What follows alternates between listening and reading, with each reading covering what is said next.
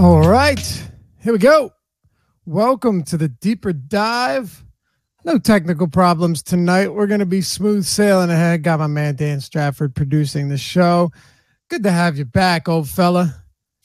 Like old times. Anyway, 14 games, Adam.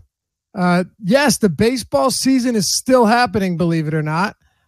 We still have probably, like 12, 13 days to go before the end of the regular season? Yeah, somewhere around there. Not that I'm counting down or anything. Yeah, right. I am curious, though. I'm actually looking it up right now. So we have... I know the Orioles are on like the 30th or the 1st. So it looks like, yeah, the last day is the 30th of September. So 1, 2, 3, 4, 5, 6, 7, 8, 9, 10, 11, 12, 13 days left. The Orioles could finish further out of first place than any team in MLB history. Did you know that? I didn't, but I totally believe it. It's pretty impressive. I was looking up, like they're 10 games ahead of, or behind, however you want to look at it, the Royals now for the first overall pick. That's amazing. Dude, are the Royals not the peskiest team out there? Like, it is so frustrating. Oh, God, I know you know what I'm talking about. Yeah. But Tampa, like, at least Tampa's good, so their peskiness is a little bit more, or a little bit less annoying. Kansas City, it's like you're a terrible team. Just stop. Just start being terrible. Yeah. Right. Oh, God, Musgrove was dude. Yesterday was when I was like, when I was thinking, like, okay, I've had enough. Musgrove's cruising. Everything looks good. 5th inning, boom, implosion time. Eric Fetty looking good. And you DM me, and you're like, because you're like, oh, damn, Musgrove. And I said, yeah, well, Arrieta and Wheeler and Fulton, like all of them are sucking. So it doesn't, you're like, yeah, it's probably going to be Corbin and Fetty. And I look and I'm like, yeah, he's got 2 on with no outs. This should end well. He didn't make it out of the 5th. Yeah. I'm ready for basketball, but 2 more weeks of this. That's what kind of the thing about bad pitchers or like non-elite pitchers is that they can get a few innings into it and still get blown up. With good pitchers, you get 3 or 4 really good innings, really sharp innings, and you're like, all right, we got the good version of this pitcher today. With bad pitchers, you're just holding on for dear life. Yeah, I mean, after the 3rd or 4th, you start just being, all right, get him out of the game. Yeah, right. I don't need the win. Right. I don't care about the win. 4 innings, no runs, and 6 strikeouts. I'd have been very happy with that, but of course it was not the case. All right, let's jump into it, man. We got 14 games. You have Blake Snell, Clayton Kershaw, Aaron Nola, Corey Kluber, Steven Strasburg, all at the top above 10K on DraftKings. Should make things particularly difficult today. We will go game by game. We'll give you the lines, the totals, the implied run totals, the over-under, and we will also, well, I'll try to do the best I can and work some weather in if we feel that it's applicable. Baltimore, we've got Aaron Sanchez for Toronto against Dylan Bundy. My guess, both of these guys have quite a bit of ownership. Bundy coming off a strong game. We both liked him last week. And then Aaron Sanchez coming off a 22 DraftKings point game against Boston and 23 or high 22 against Tampa Bay. He walked 5 guys over that span, but the strikeouts are up. And I'm sure you've noticed this because you wrote the article today. He's got a pitch that he's been using quite a bit more over those last 2 starts, and he's getting quite a bit of missed swings and misses on it. Yeah, he's back to throwing his curveball more frequently, which is something that he was doing earlier in the season when I started to get excited about him right before he got hurt. It's been good for him over those last couple of starts, and he has a good one. On top of having just an absolutely ridiculous changeup, he's got a good curveball that he really just doesn't throw enough. So seeing him cut back on his fastball usage a bit and go more to the curveball is nice to see. I think it does give him increased upside. It's kind of it's obviously a hit or miss spot whenever Sanchez pitches. We know there's a lot of strikeouts in this Baltimore lineup. I do think it's concerning that there's only 3 right-handed hitters, because for the season, Sanchez has a negative K- BB percentage against left-handed hitters. But at the same time, if you look at his repertoire and the stuff that he throws, I don't think he should really have issues with lefties going forward. I mean, he's got the good changeup. I mentioned that basically has as much arm side movement as any changeup in baseball. And that's a pitch that normally is good against opposite-handed hitters. Throwing his curveball more, and that's another pitch that is generally good against opposite-handed hitters. So I'm not too concerned about it. It's obviously a somewhat of a concern, but he's cheap enough that I think he's still a pretty reasonable option. The only thing that would keep his ownership down for me is the fact that we have so many good pitching options on this slate. Yeah, pretty much. That's the big thing. I guess the question is, with Sanchez, you have Sanchez, and then you have Bundy. Who is it for you? Like, do you have either of these guys? I mean, generally, I know you like to get some Bundy exposure in there. He's very boom or bust, but the guy is mostly just going to give up home runs, and hopefully he only gives up 1 or 2 solo shots like we saw against Oakland last time out. Where are you at on Bundy against this Toronto team? Yeah, I mean, I kind of lukewarm on him. I think that there's no question the upside is there. Like, we know this guy can rack up strikeouts, but only 4 right-handed hitters in this Toronto lineup. And we've seen such massive strikeout percentage differences for Bundy this year. Over 31% against right-handed hitters, just 17.7% against lefties. We know he has home run issues to both sides of the plate. So he really needs those strikeouts to be there, one, just to make up for the runs that he allows, but 2, obviously just to, keep less ball or allow less balls in play. So I think it's kind of a scary spot. Like Billy McKinney, Justin Smoke, I think are both good plays. Rowdy Tellez is fine. Grichuk's been on fire. He's his name is righty, Meatball Face. So yeah, I mean, I think it's a dangerous lineup for Bundy. I think that there's upside, but there's just 2 pitchers that are cheaper than him that I like, quite a bit on top of Aaron Sanchez. So not sure how much Bundy I'll actually end up with here, but I wouldn't talk anyone off of him as long as they understand the risk. Oh, this isn't going to be good. Is one of them Daniel Norris? Of course, man. Yeah, me too. Talked about him with Jake today on the strategy / process. I hope the other, it's not Alcantara, is it? It's not, right? No. Okay, good. Well, he has a 14% swing strike rate over the last 2 starts, but that's coming back down to earth. It's Josh James, isn't it? Yeah. Oh, I knew it. All right. Well, we're on the same page so far. We'll see how this goes for us. Likely not well, but I'm actually looking forward to getting into those. Yeah, you mentioned those Toronto bats. For Baltimore hitters, though, honestly, like, even though Aaron Sanchez is definitely going to have some ownership, I'm just not big on picking on him, even just as a leverage play.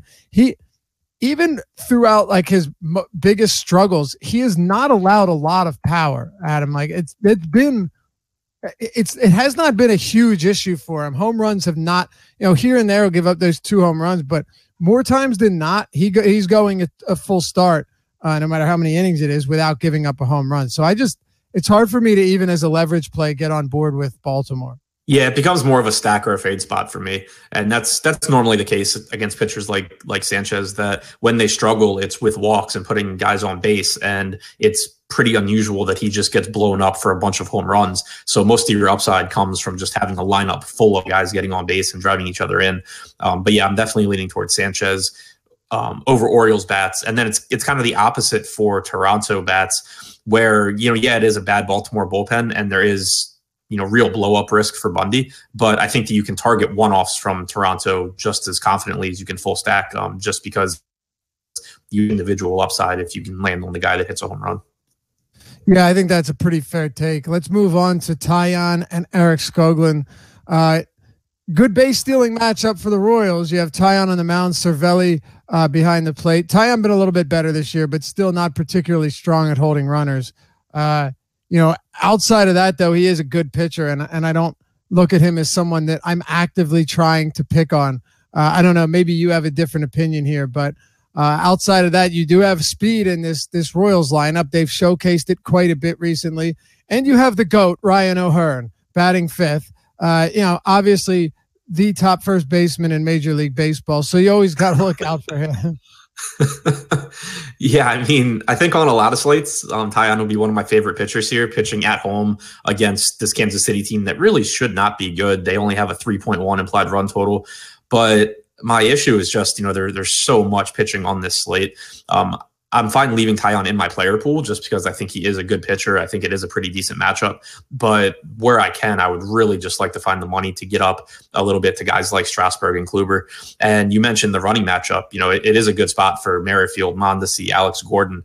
So I don't have any issue going to those guys. Obviously, Mondesi is expensive. Shortstop's not the strongest position, though. Neither is second base. Merrifield's price is reasonable. Alex Gordon's cheap. So no issue playing those guys in tournaments for the stolen base upside against Taillon. You know what else I don't like about this matchup? The Royals are pesky. That's just going to be my new thing. The Royals are pesky, man. They really are. They make life tough. But you're right, a 3.1 implied total. You're not getting a lot of love there. But what they do is they seem to have one inning where they put up like 3 or 4 runs, and they just bomb you to oblivion if you're a starting pitcher. And it's only one inning. But it's enough. It's enough to ruin your life. Anyway, by the way, Baltimore with a 4.2 expected run total against Sanchez. Toronto at 4.4 against Bundy. I forgot to mention that. The price for me is just really tough. Like when you have Strasburg and Kluber, like $1,000 more expensive. Forget about ownership.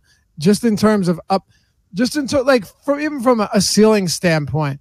Okay. Taillon is definitely going to be far lower owned, but at the same time, he doesn't have the same ceiling as any of those guys that are relatively similar, or they're similarly priced to him. So I don't know. It's just a bit much for me. I'd rather move up the ladder a little bit. Is there anything else in this game that you're looking at? You have Eric Skoglund on the mound. Last time went 5 innings, 2 runs, 3 strikeouts. He was limited to 67 pitches, but that was planned.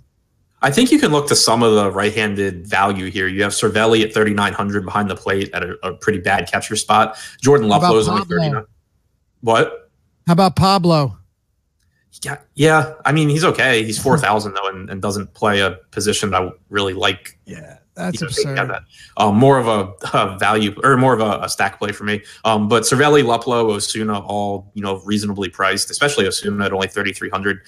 So I don't mind going to Pittsburgh as a value stack here, especially against a pitcher in Skoglund that I don't totally believe in, and a not very good Kansas City pen.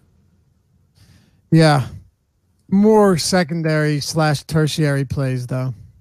Yeah, at least for me. I'm not jamming them in anywhere, but you can make sense of it. Plus, with a bunch of these righties, they do make for a pretty decent stack. I don't see any way that I would be one-offing any Pirates, though. Yeah, I mean, like my initial crunch, I capped my stacks at 10%, and I think I got 10% Pittsburgh stacks.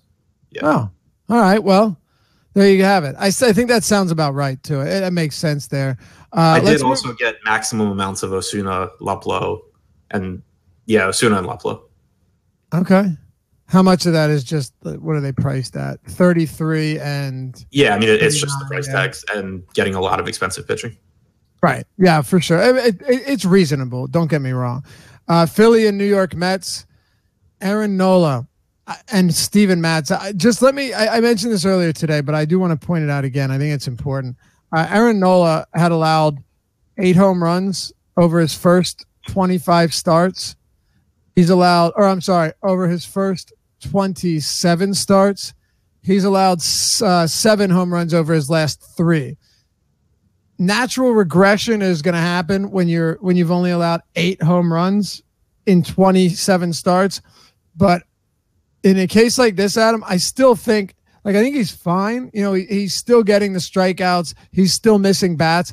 But I am beginning to wonder if Nola is wearing down. This is definitely the most pitches, unless I'm wrong about this, but I'm pretty certain it's definitely, unless it's not.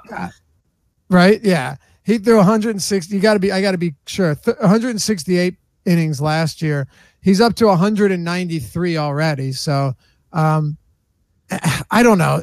Just something to me that still seems a little bit strange that this dude just started serving up meat to everyone. I don't care if it's at home or on the road. 7 home runs in 3 starts after allowing 8 in 27 is something that we have to at least acknowledge. Yeah, I'm with you. That's obviously concerning since he is, at 30 plus innings more than his, former career high. Luckily on this slate, there's just so much pitching that I don't really have to worry about it too much because I think that it's a decent matchup, and Nola obviously I think is a very good pitcher. But even if he weren't coming off of, even if he didn't have these concerns about possibly wearing down a little bit, I still think I would have him behind guys like Kluber and Strasburg and Kershaw and Snell. So I'm pretty comfortable still just not having much, if any, of him. If he happens to be the highest scoring pitcher on the slate, I wouldn't be surprised. But if he happens to be the highest scoring pitcher by enough points that it really hurts me not having him, I'd be very surprised. Yeah. I'm honestly wondering, I know it sounds crazy, but with these struggles lately, and knowing that the Phillies bullpen can unravel at any point, I've almost considered, if playing a ton of lineups, throw a couple Mets stacks in there just in case he continues to wear down like this. Because if it is a fatigue thing, it's not something he's just going to recover from late in the season. Obviously a big risk, but trying to cover all angles here. Yeah, I mean, I don't think it's crazy. Like, it is a big ballpark boost for the Mets. You do have some pretty nice price tags on guys. It's certainly, if you're looking to pay up for 2 pitchers in your lineup, I would at least consider some Mets exposure just because of the park shift and the fact that they're not going to be owned. And they're Reno cheap. for Life says, "I love this show." Well, we love you too, brother. We love you too. Watch, it was like the stream from a show earlier. Yeah.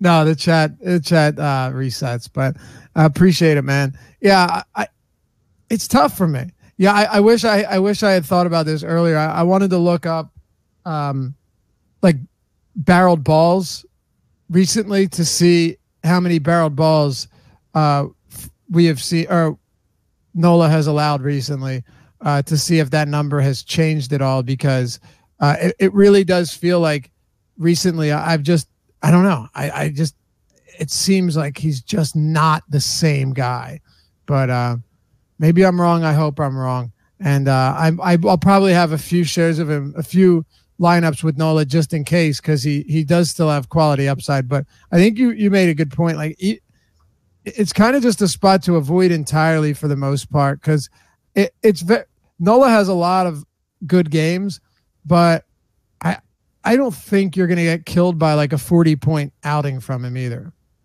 Right. And I mean, there's just so many, like, unless you're going, like 20% of everyone, you have to drop someone off of this top range. And he's on DraftKings, he's more expensive than Kluber and Strasburg in very good matchups. He's similarly priced to Kershaw in a phenomenal matchup. Snell's been absolutely amazing. Like, I think you can make the argument that Nola pretty clearly is the 5th best pitcher out of that group. And then you factor in, possible concerns about him wearing down. And I'm not overly concerned about being underweight on Nola. I'll be honest. A month ago, I would have put him not 5th or 4th. I'd have put him above Kershaw and Strasburg for fantasy purposes, because a month ago, Kershaw and Kluber were not capable of striking anyone out either, but they both turned around. Right, but I'm saying that the changes that I've seen from him are concerning enough for me to drop him below those guys, and it wasn't long ago that I had him up there. But again, he's still getting strikeouts, so just keep that in mind. The strikeouts are still there, so I'm not taking him off the board entirely. What are your thoughts on Steven Matz?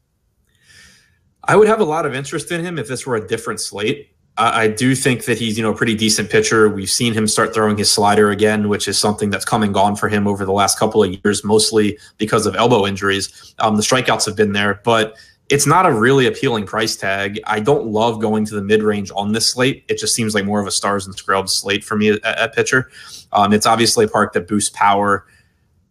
Matz is in my player pool. I doubt that I'll end up with much, if any, of him, just because I think the price tag is pretty fair on him. I don't mind going to, a Hoskins, a Roman Quinn against Matz, who can't hold runners, Aaron Altair. But for the most part, just not in love with either side here. Courtney Parker says, Laffy reminds me of the guy from the movie The Great White Hype. I've seen a lot of movies. Isn't it The Great White Hope? There's a boxing, is it a boxing movie? Yeah, The Great White Hype, 1996. Okay. So I don't know. Let me know who he is, and I'll look it up, and I'll let you know whether or not I think you're insulting me or not. So you remind me of? Who's that? Davis Bertans. Yeah, that's an insult. That's an insult. Did you see the picture I posted of Billy McKinney that looked exactly like you? In that, it was uncanny. I could not believe it. Yeah, that was the same day he hit a home run, by the way. Yeah. Laffy looks like Ben Zobrist. All right, good. I totally missed everything you said about Steven Matz because I was looking up The Great White Hype. Any hitters for you here? Yeah, I mean, you can sprinkle in some Hoskins, Quinn, Altair, and we already talked about the Mets, but there's nothing that I'm prioritizing here. It's a good running spot for Roman Quinn, but he's just expensive enough that kind of seems factored in. Yeah, and he's also dealing with that foot injury, and I don't know if that's enough to keep him from running right now. But an amputee could run on Steven Matz. So. Well, right, and if you have 80 grade speed and you hurt your foot, what's that make you, like an above average runner? Right, and if it's against Steven Matz, like you're still, I don't know, you're still a really fast guy compared to his. Yeah, exactly.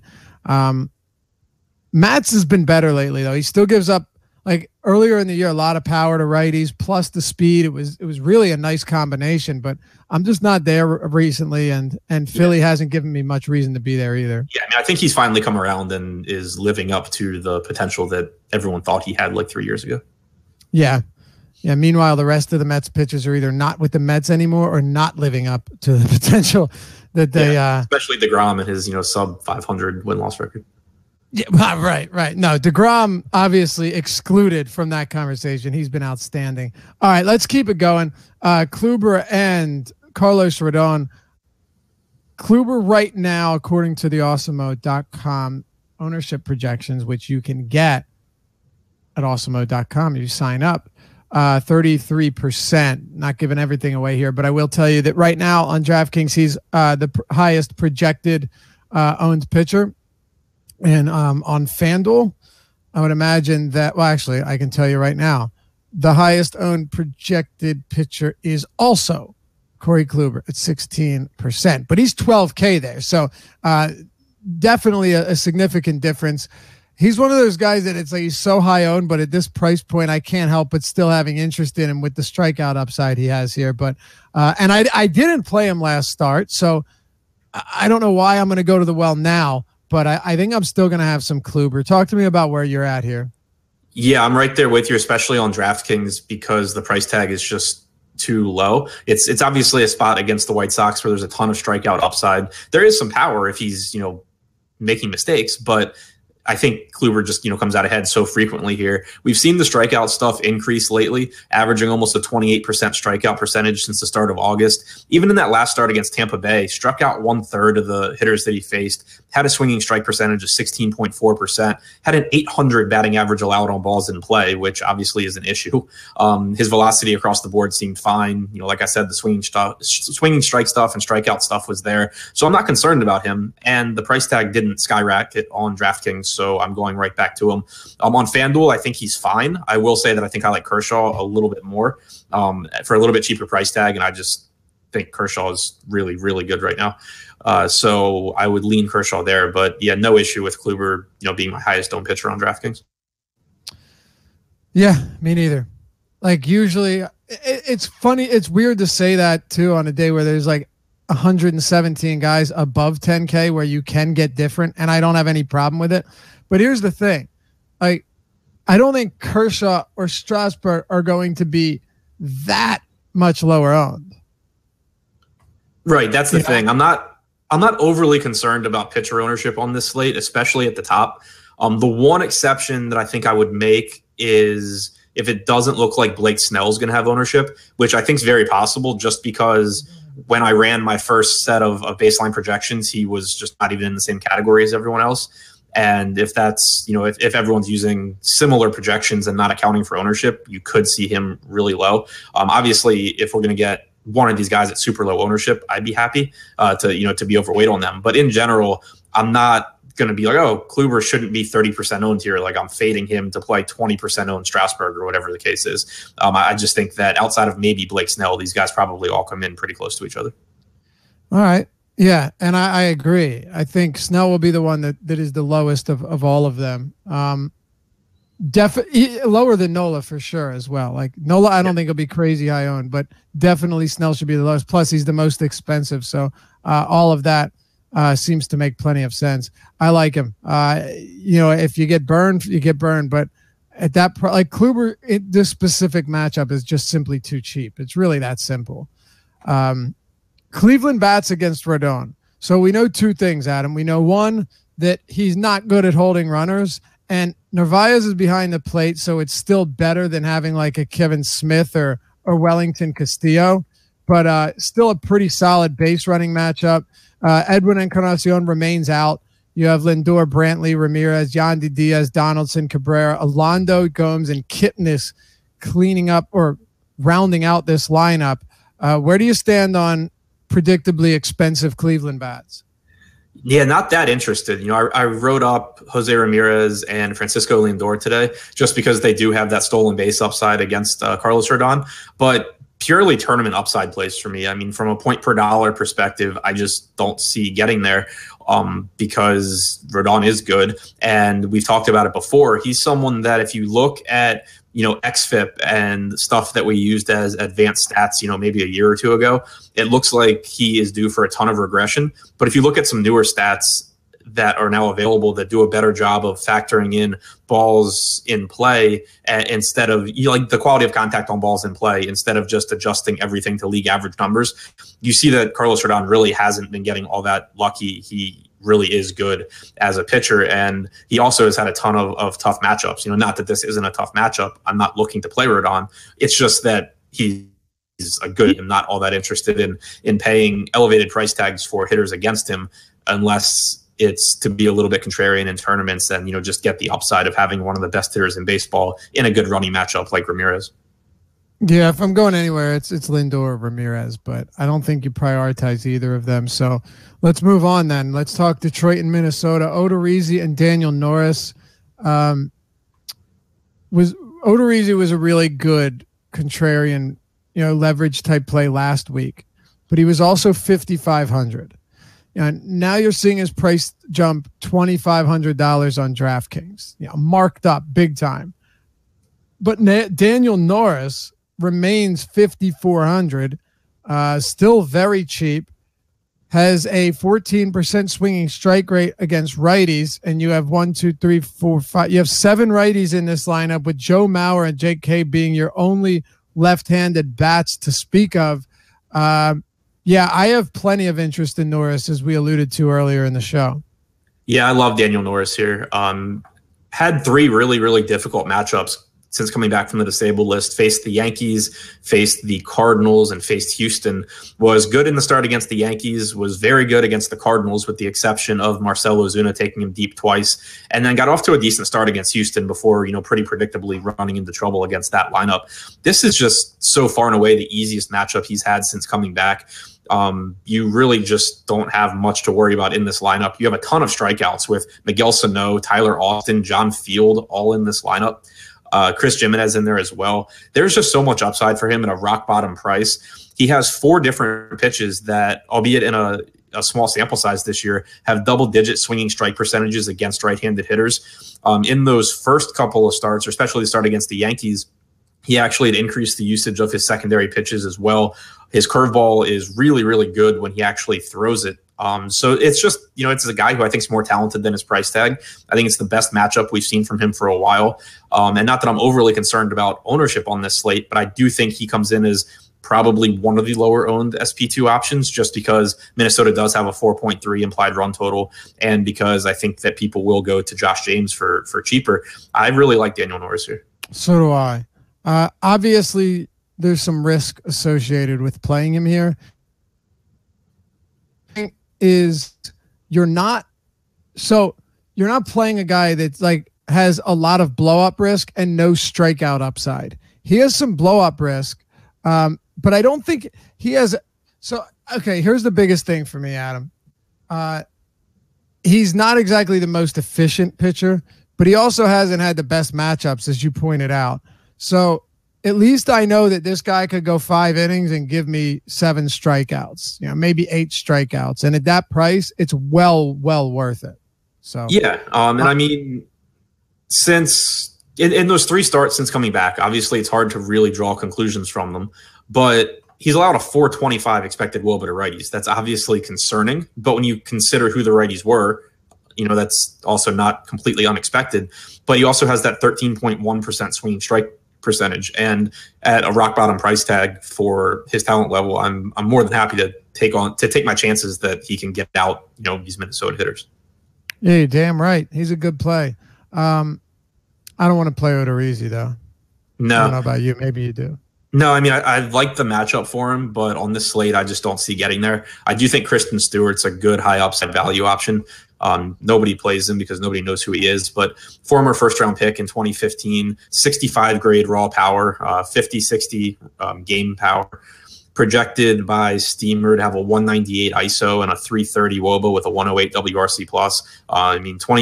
25 years old, projects as an above average hitter already. Facing Odorizzi, who struggled with left-handed power, I think he's a good play. All right. Yeah, he's a perfectly fine play. I think Odorizzi's definitely shown some improvements lately, but on the year, you've seen more left-handers just beat him up, unlike any other season.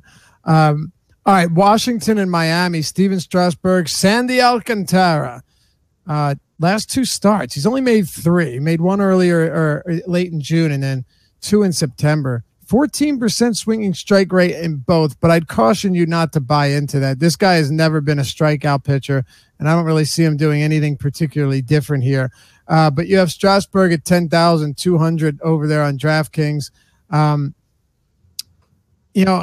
FanDuel, Strasburg is what, 11,000, so he is $1,000 discounted from Kluber.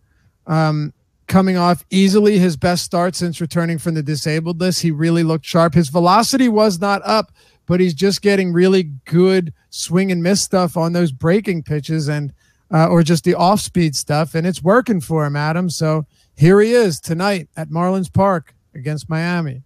Yeah, I mean, the velocity is still down from his season averages, but it's right where it has been ever since coming back from the disabled list. So while I think there is, minor concern, just because it has been talked about that he could potentially still be dealing with a shoulder injury, we've seen the swinging strike stuff be there in pretty much every start since he came back. He finally put it all together in that last start and had a good outing.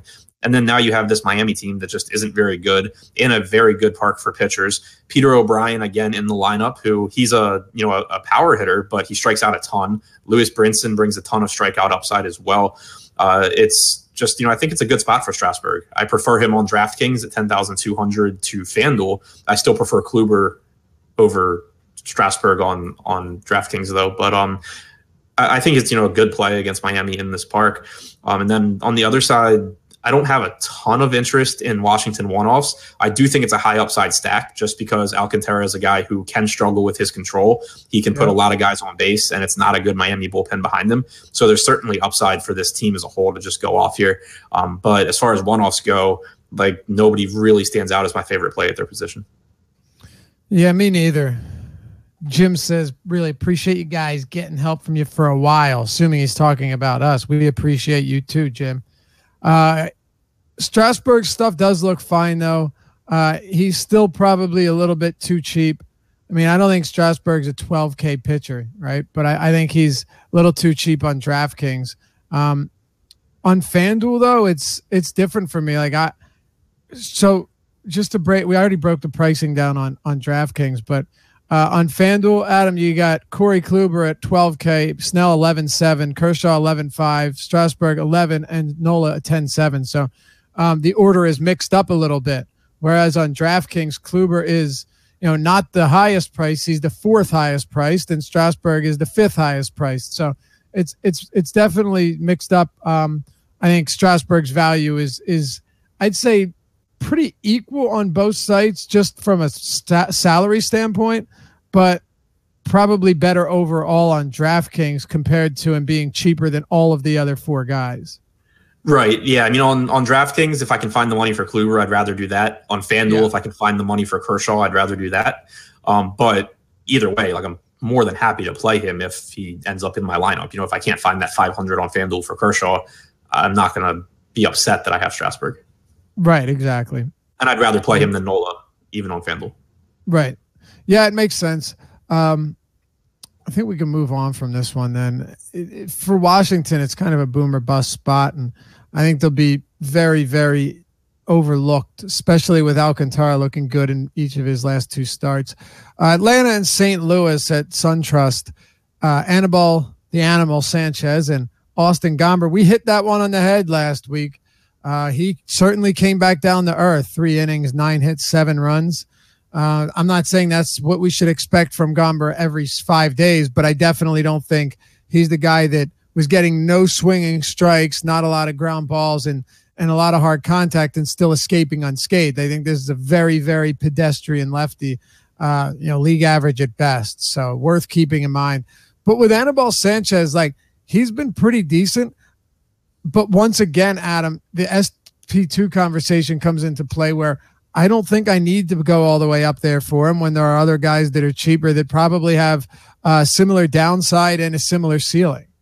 Yeah, I mean, it's not a great matchup. He's been pretty good this season, but we know the Cardinals have a bunch of righties that can hit. If anything, Sanchez has kind of been reverse splits, and I think that there is actually upside in this Cardinals team as a contrarian stack. Again, I don't love any of them as one-offs, but they are pretty reasonably priced. They have a ton of power all throughout their lineup. Really every hitter in this lineup has power. So I think that it's a decent tournament spot there. I don't have interest in Sanchez. If I do end up in the mid-range for an SP2 or somehow an SP1, there's a guy that I like more. So I just don't see me going there. And Gomber, the price tag, I think, is back to where it should be for him. But this just isn't a matchup that I'm looking to go to, especially with, Bundy, Sanchez, Norris, and Josh James all on the slate. I don't see the need for Austin Gomber. I think Freddie Freeman's kind of an interesting play just because Gomber really hasn't been that good against lefties. He's allowed a 383 expected WOBA, a 220 expected ISO. And we know that Freddie Freeman can hit everyone really well. Ronald Acuna is a good play too, just really expensive. So not sure how much I'll end up with, but not overly excited about this game in general. Me neither. Actually, I wouldn't mind moving on if you're okay with it. Let's go. All right. Milwaukee and Cincinnati, Michael Lorenzen, who has not exceeded 36 pitches since the 23rd of August, and he threw 40 pitches there. So really not sure how far he's expected to go. I was assuming he might throw 50.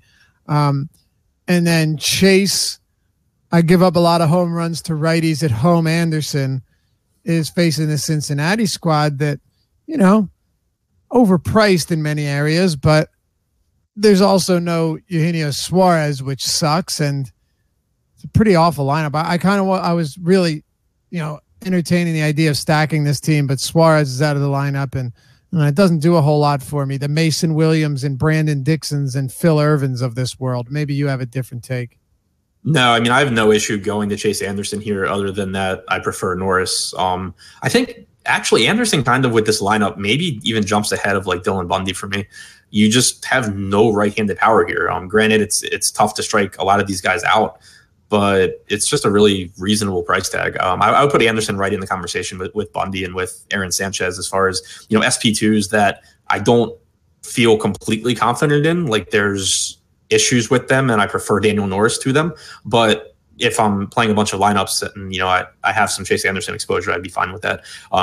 Suarez not being in this lineup, I think, just really, really hurts. There's really not much right-handed power. If you wanted to go to Jose Peraza at a pretty weak shortstop position, I think it would be okay. But he's priced up to where I'm not prioritizing him. So Yeah, I don't really have an issue with Anderson at all.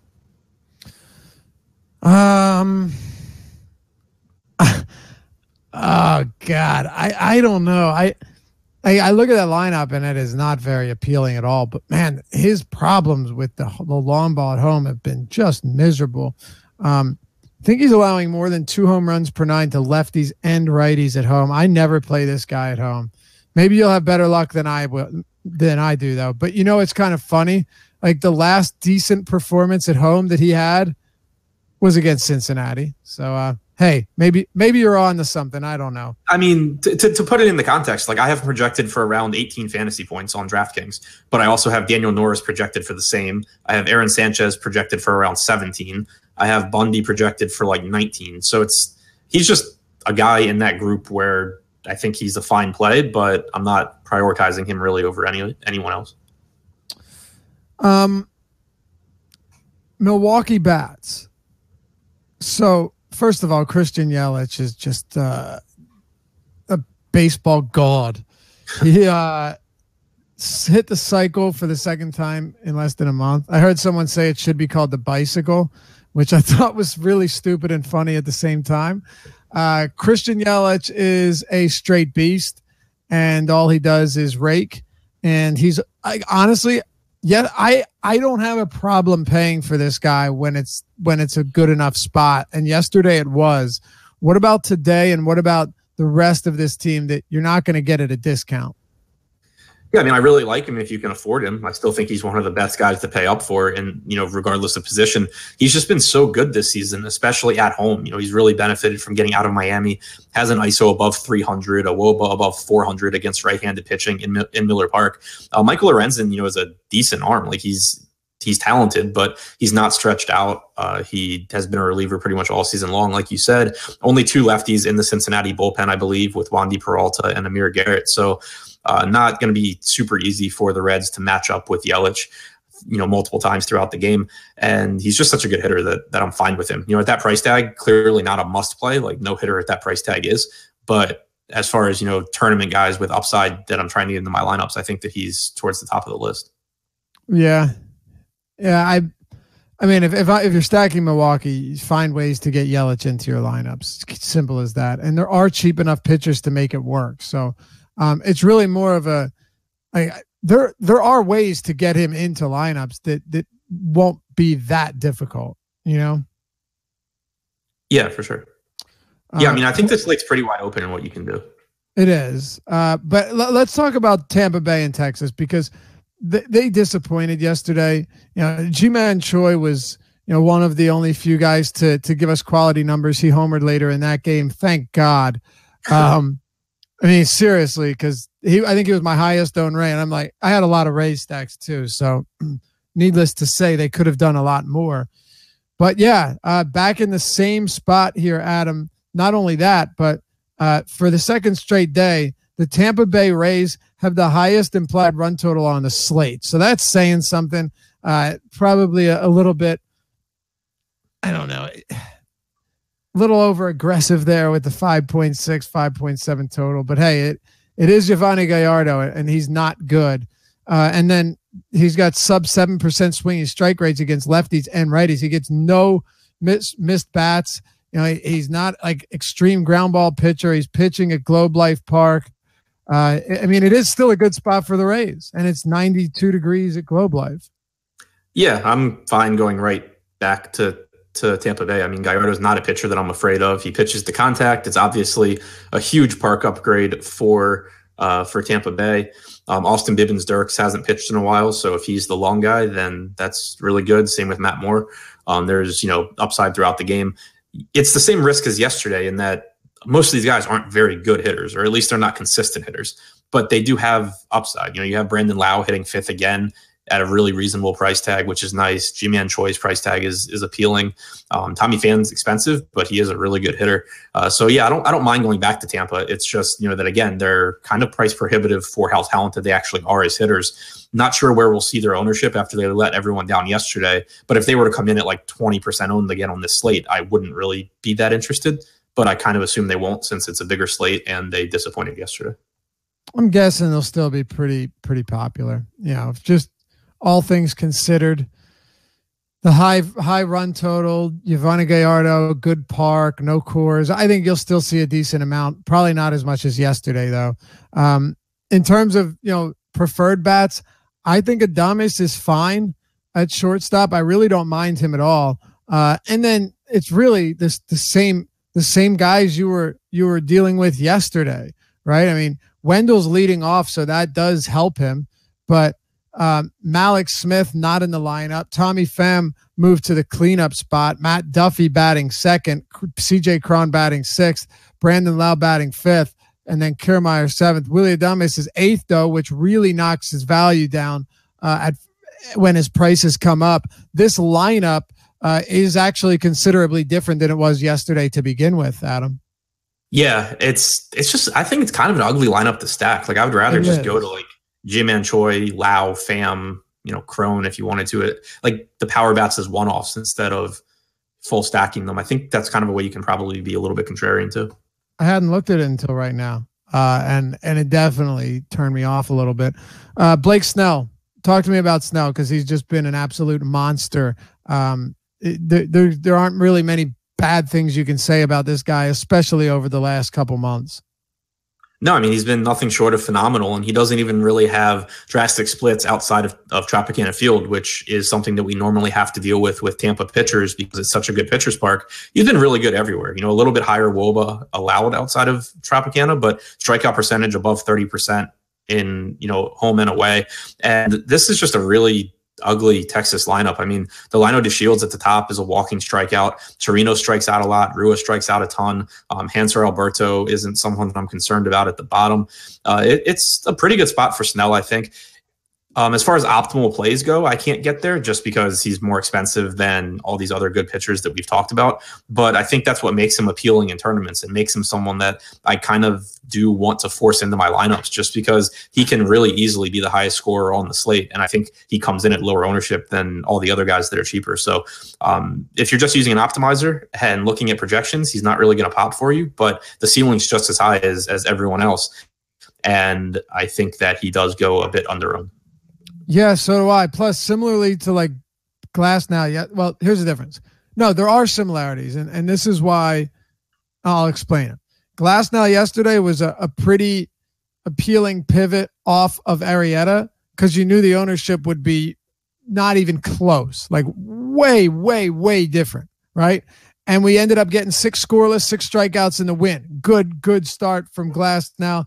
Arrieta ended up getting blasted late in that game, finishing with like, I don't know, what did he have? 9 fantasy points.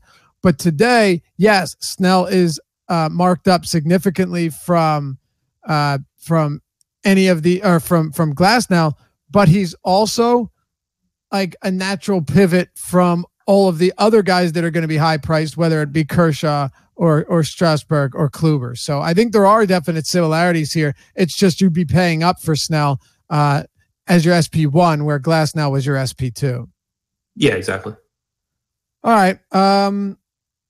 Houston and Seattle, Mike Leake and Josh James. Tell me where you're at on Josh James here.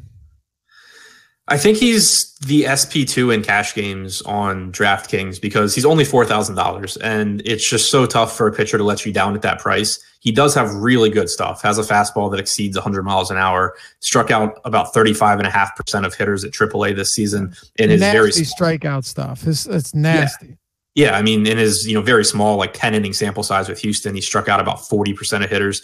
It's not the easiest matchup against the Mariners, but it's literally the minimum price tag. He's going to be popular. You can just plug him and move on, I think. In tournaments, I kind of just want to match the field with him because I don't know how deep he can go into this game. He threw 91 pitches on September 1st against the Angels, but since then he's thrown, I think, 41 and 38 in his other 2 appearances. So I'm not overly confident he can go deep into the game. And if you're talking about the most popular SP2, maybe being limited to 40, 45 pitches, just from like a ceiling standpoint, obviously you can be a little bit different and go elsewhere. So I'm going to probably just play like 20 to 30%, try and match the field on Josh James because I do think he's a top point per dollar option. So I don't mind having him. It's just that I kind of doubt that he wins you a tournament. And so I want to differentiate a bit at SP2 in some of my lineups. But yeah, I mean, I like Josh James. I like the price tag. If you were looking to, leverage against him, Nelson Cruz should never be $3,900 against anyone ever, anywhere. And that's what he is on DraftKings. Kyle Seager is only $3,100. There are some cheap Seattle bats to where you can leverage against Josh James pretty easily. So here's what I'm thinking, right? The Astros, that says they want to give Cole some rest in between starts, so on and so forth. Josh James has made 3 appearances, only 1 start. 91 pitches in that start. 9 strikeouts against an Angels team that seldom strikes out. And then he has 2 relief appearances, right? 1 against Boston, 1 against Detroit. It's pretty amazing that he does have 17 strikeouts in 10 innings. But my thinking here is that if you're bringing Josh James out, you want to give Cole some rest.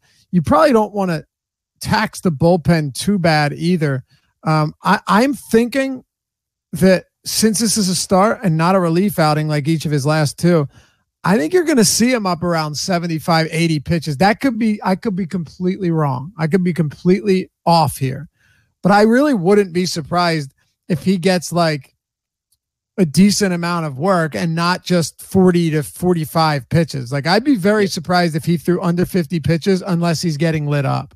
That's a fair point. And then also looking at the Houston bullpen, Brad Peacock pitched Monday and Saturday. Colin McHugh pitched Sunday and Saturday. So it's not like they have long relievers out there just sitting waiting for work either. So yeah, I guess I would side with you on that. That he probably does go bit.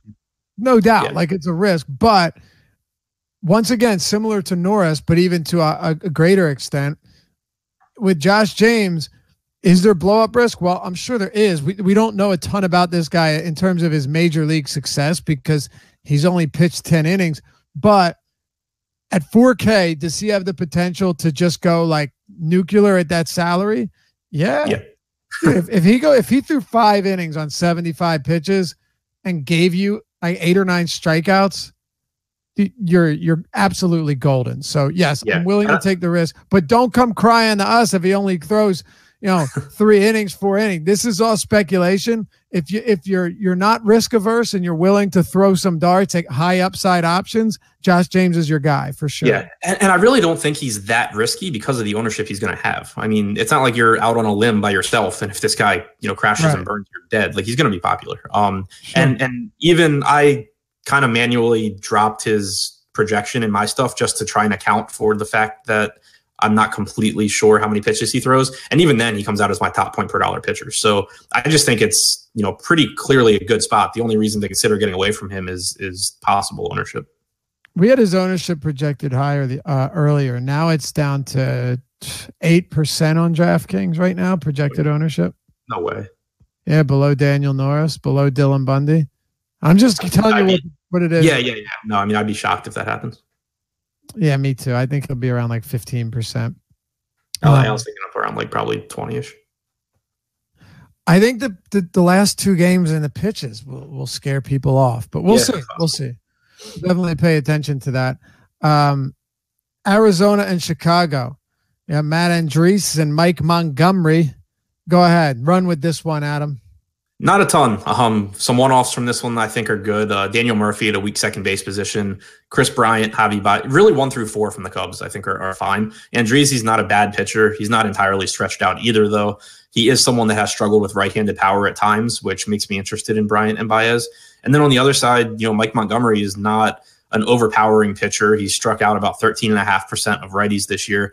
He does a pretty good job preventing damage, though. But I'll take my chances with like a Paul Goldschmidt or an AJ Pollock against, a pretty average lefty who pitches to contact. But overall, just not real excited about either team. All right. California Cool says, I'll take Lucchesi versus the Giants on a pitch count over Josh James versus the Mariners. I mean, it's a pretty big discrepancy in price point there. And double the price. Yeah. And Lucchesi is on a pitch count too. I don't hate him, but I really don't have any problem with James either because Lucchesi has the same concerns in terms of pitch count and you're paying twice for him. But do you want to hit on anything else in this game? Because this isn't one that I'm that interested. I don't like picking on Montgomery and I'm not necessarily sure what's going on with Arizona. Nope. Don't have anything else in this one. All right, Oakland and the Angels. Tyler Skaggs making his long-anticipated return. Hasn't been on the major league bump since August 11th. He also didn't make any rehab appearances in the minors. He just, threw a bullpen session, maybe a simulated game. I didn't see it. But prior to that, he got absolutely shit on in 2 starts before hitting the DL. 17 runs, 6 2/3 innings. It was not pretty. But prior to that, Skaggs had been really good. Like if you took those 2 starts away, and even if you didn't, he's still having his best season as a pro. And then of course we have the ever dreaded bullpen game for Oakland with Liam Hendriks, smushed face Liam Hendriks starting this one off as the opener. Yeah, not a ton that I like from this game either. Skaggs is a pitcher that I respect. We don't really know where the Angels are going to go in their bullpen after him. If he's limited to a couple innings, I would imagine they go to like a Parker Bridwell or a Deck McGuire. If it's McGuire, Deck. like what? No, I just said Deck. Oh, well. Such a ridiculous name. Yeah, I mean, if it's McGuire, then like I would want all the athletics. If it's Bridwell, I think he's kind of decent. But if Skaggs goes 5 innings, then you probably just skip those guys altogether.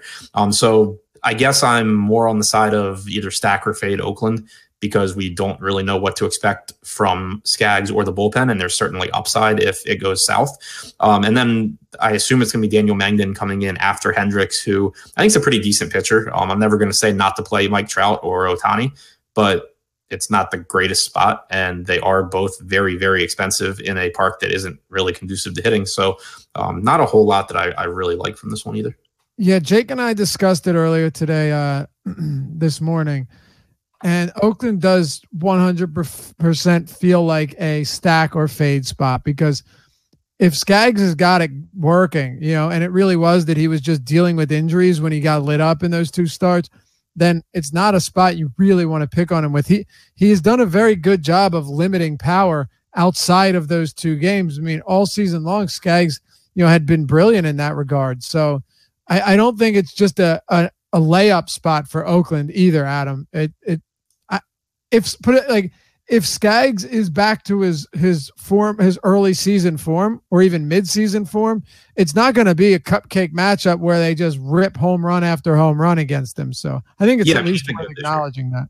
Go ahead. That's why I think it's stack or fade. Like there's certainly a possibility that he's just not there. He hasn't pitched in over a month, and then that you get bad relievers. But there's also a very good possibility that he's fine and he's a good pitcher again, and then you get the not so bad relievers. So just kind of maximize your upside and get all of them in, or just look elsewhere to any of these other 13 games. Right. And it's instances like this where we really can't tell you yes or no. Like we don't know what Tyler Skaggs we're going to see. So there's very clear black and white, stack or fade in this spot is how it feels to me. All right, San Diego, San Francisco, Derek Holland, Joey Lucchesi. Lucchese's seen a pitch count limited recently, 74, 86. What's up? No, I was asking where you had seen that he was on a pitch count. I didn't. It's funny because Seth in Slack mentioned it earlier today because I hadn't seen anything, and he's like, he's on a pitch count. I don't see him on any specific pitch count. What I'm seeing, though, is he threw 74 pitches and then 86 pitches after throwing 108. So I don't know. It feels like they're keeping him to around 5 innings right now. It just seems weird that you would go 74 and then 86, especially when you actually have some pretty good stuff working for you in the one game. And after throwing 108 pitches the day before, or the start before that. So there's nothing definitive, but I definitely take his point and have some questions about it. Yeah, I mean, I don't think he's on one at all. Like, just going back and kind of looking at those last 2 starts, I think he ran into trouble in the 5th inning, and then he just didn't come back out for the 6th. Like, I think if he were pitching well, you would have seen him do basically what he did in that start against Seattle, where he went 6 2/3. Yeah, but letting him finish it, I mean, you could totally be right. I just yeah, and I mean, I don't know. Like, regardless, if he's going to throw like 86, I'm not treating it like he's on a pitch count. Yeah, and I think that's fine. Plus, in this matchup, it doesn't really matter. He could be on a pitch count and still put up really solid numbers. Yeah, I mean, the The Giants lineup's atrocious. The park obviously is fine. He has one of the most favorable pitchers umpires with Doug Eddings behind the plate, so that's working in his favor as well. Lucchesi is my favorite mid-range guy if I end up going to that price range. He's really the only guy between like Chase Anderson and Tyon or Strasburg that I imagine I'll have. Maybe Derek Holland, but probably just Lucchesi. I'm with you. He's the one that I like quite a bit. The only reason I pushed back a bit on the comment in the YouTube chat is that I can't compare him to Josh James. They're just too different in price. Yeah, for sure. Like point per dollar, Josh James, I think, is pretty clearly the higher projected player just because it's half the price. But there's risk with James. There's risk with Lucchesi. Like, I think Lucchesi's a fine play if you end up in that mid range. But let me just throw this out here. I'm looking at the play log and the box score from his last starts. 5th inning, he pitched 5 at bottom of the 5th. Now he allowed 1 single, struck out Souza to end the inning. He allowed 1 single and got 3 consecutive outs. Arizona didn't score since the 2nd inning. So there's that. And then, because this is important to me, I want to know if he's just getting yanked because that was a very clean inning for Lucchesi. And then against Seattle, let's see. I would imagine this game he probably did run into some trouble. Yeah, so in this one, he ran into some trouble in the 5th inning. Gave up 3 runs. So that makes more sense. It's possible that the game against Arizona was just a blip on the radar. I mean, it's possible there was a pinch hit spot. Very possible too. Yep. Pulling a Gabe Kepler, son of a bitch. All right, last game here. Kershaw and Freeland. Kershaw has definitely looked better of late. Got a pretty solid matchup at Dodger Stadium, not at Coors against this Rockies team. And we're seeing that Trevor Story could have some UCL damage in his right elbow, and that's not good. Yeah, I mean, just a great spot for Kershaw getting these Rockies outside of Coors Field. No Trevor Story, we're assuming, I guess. I don't know if that's been made official. I don't know. I mean, hell, Ohtani's played needing Tommy John surgery, and he's averaging 2 home runs a game. Yeah. So if Story's in the lineup, I don't care. It's still a good spot for Kershaw. If he's out of the lineup, then even better. Just, love the spot for Kershaw here. The strikeout stuff's been better as well. If you if you look at his strikeout numbers going back like 11 starts to the beginning of August, it's basically in line with his season-long numbers. But he has a game in there where he struck out like 4% of hitters, a game where he struck out 11%. In 8 of his last 11 starts, he has at least a 26.9% strikeout percentage. The swing strike stuff's been better. The strikeouts as a whole have been better. He's pitching much more like elite Clayton Kershaw. And I mean, he's been good at run prevention all season long. So I love Kershaw here. The only issue for me is on DraftKings. He's more expensive than Kluber, but absolutely love him. He's my favorite pitcher on FanDuel. Don't have any Rockies hitters. And Kyle Freeland has been phenomenal this year as well. I'm not going to him here. He's expensive. He's got a tough matchup against the Dodgers, but he's good. He's very good. Manny Machado, I think, is an interesting tournament play where he's cheap. Like he's 4,500 on DraftKings. And kind of like Nelson Cruz, I just think that's a price tag that Manny Machado should never be at. And that the matchup's going to keep his ownership down. But overall, I just don't have anything from this game outside of Clayton Kershaw and, maybe mixing in some Manny Machado. Yeah, that's where I'm at too. It's Kershaw for me. Outside of that, I'm off of it. I have a lot of respect for Freeland. And to be fair, most of this starting rotation for the Rockies, they're beginning to really, they're hitting that maturation process. And then Trevor Story gets hurt. Okay, top positions, and then we're going to hand it over to the Live Before Lock show. They'll be taking you up till 7:05 lock. Adam, top pitchers, go. Kershaw, Kluber, Norris, James. Give Blake Snell a manual bump in projections because he's going to be low on probably. Yep, I was going to say add Blake Snell into that as well. I don't know if you mentioned Lucchesi, but that would be the other guy. And then everyone else you mentioned. Catcher. Catcher sucks. There's no Wilson Ramos in the lineup. So Francisco Cervelli, whoever's catching for Francisco Cervelli, Austin Hedges. I'll throw in JT Realmuto just as a leverage play against Strasburg. He's a really good hitter and it's a bad position. Yeah, I'd like Kurt Suzuki if he wasn't Mike Trout price. That's just absurd, man. Come on, Matt Wieters. If you need a cheaper bat, he always shows up when you least expect it. First base, Choi, Morales, Goldschmidt. Yeah, you could throw Osuna in there too if you need somebody that's really cheap. And Justin Smoke has been terrible, but one of these days he's got to turn it around. Second base, Merrifield. God, it's a bad position. Merrifield. I don't hate Logan Forsythe just to open up salary elsewhere. Like, he sucks, and obviously I like Norris, but he's $3K batting third, so it's whatever. I like Travis Shaw. Yeah, I like Brandon Lau. Those are my three as well, so we'll move on. Oh, and that's it. That's it. Third base, you have Shaw here. You have Moustakas here. Kiner Falefa batting sixth against Snell. Would be really nice if he wasn't facing Blake Snell. Josh Donaldson's okay, and then I'll throw like a Pablo Reyes in there if you need it. What do you have here? Yeah, Mike Moustakas, Yangervis Solarte. I think I'll double check if he's in the lineup, but assuming he's in the lineup, which he's not, so never mind, not him. Chris Bryant, I like.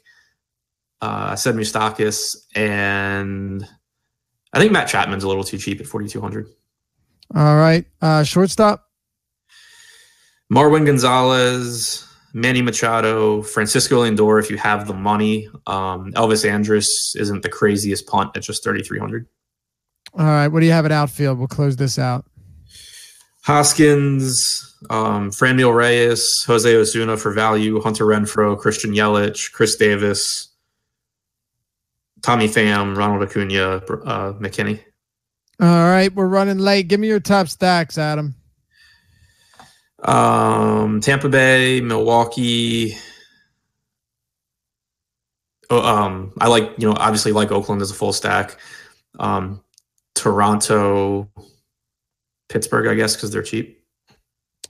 All right. Yeah. And I wanted to make one quick point on Snell before we leave.